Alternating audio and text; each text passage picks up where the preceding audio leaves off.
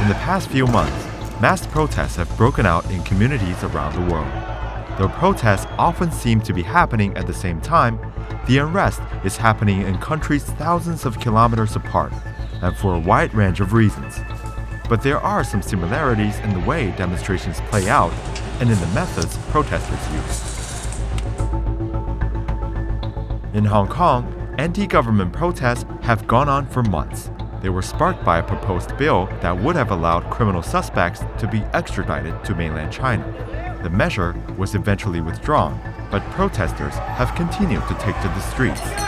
Demonstrators voice anger about the government, police violence, and what they say is Beijing's tightening grip on the semi-autonomous city. Despite more than 4 months of civil unrest, including some extremely violent clashes, no deaths have occurred during the protests so far. But nearly 2,000 people have been arrested as protesters attack the city's MTR railway stations, companies that have criticized their movement, as well as banks and offices which reflect Beijing's sovereignty over the city.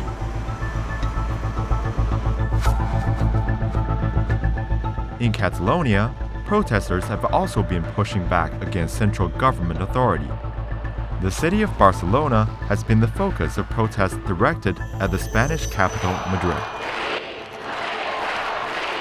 While the region's struggle for autonomy from Spain dates back to the early 20th century, the most recent crisis has centered on 9 separatist leaders who were sent to prison for their involvement in an independent referendum 2 years earlier.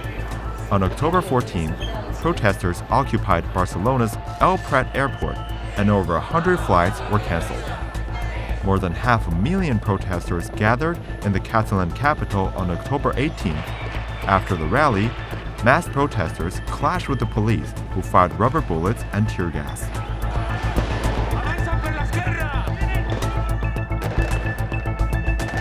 In Bolivia, a recent election sparked mass demonstrations, violent clashes, and arson attacks. The opposition accused the government of fraud in a disputed presidential poll. Bolivia's President Evo Morales, who is seeking a 4th term, has likened the unrest to a right-wing coup and declared a state of emergency.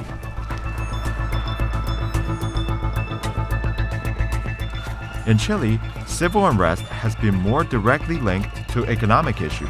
A proposal to hike metro fares in the capital Santiago sparked protests that quickly turned into an expression of broader anger with the government. Tensions escalated as street clashes turned violent.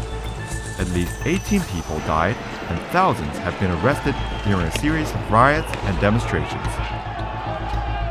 Though Chile's President Sebastián Pinera backed down on the transport fare hike and issued an apology, violence on the streets has continued.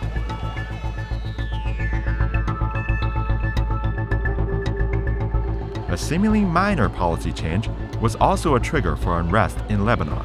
Normally divided public opinion was unified as protesters turned out to oppose government plans to tax WhatsApp phone calls. The issue prompted the country's biggest demonstrations in 15 years, and discontent soon spread to include broader economic problems and inequality.